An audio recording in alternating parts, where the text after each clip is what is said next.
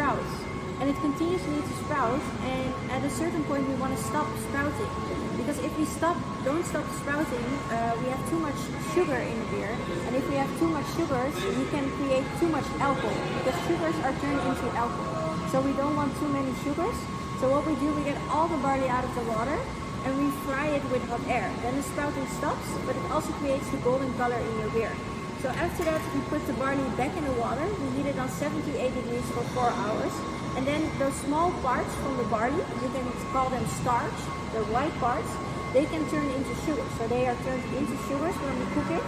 And then those sugars, kind of sugar water. That's what you're tasting right now. So after this, it takes 4 hours to make, but Heineken beer takes 28 days. So it's actually a longer process, but this is the very beginning. You can say kind of like the cookie dough of the Heineken beer. So after we have this, we add the third ingredient, what is the hops. And the hops, it's kind of like the flour, you know, that grows really fast. And we don't use the entire flour. We only use kind of like the small parts. You can also say the flour from the flour as well. Because inside of this is lupulin. Lupulin is a natural preservative. You're welcome. With that conservative, Heineken makes 3 things. So we make a white foam layer on top of your beer.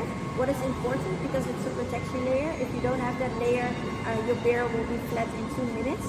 Also the bitterness of the beer, because this is really sweet, so it needs to compromise. And also the shell life of the beer. If you put hops inside of your beer stays longer good. So if you don't have hops in your beer, you make your beer 28 days and it's not good.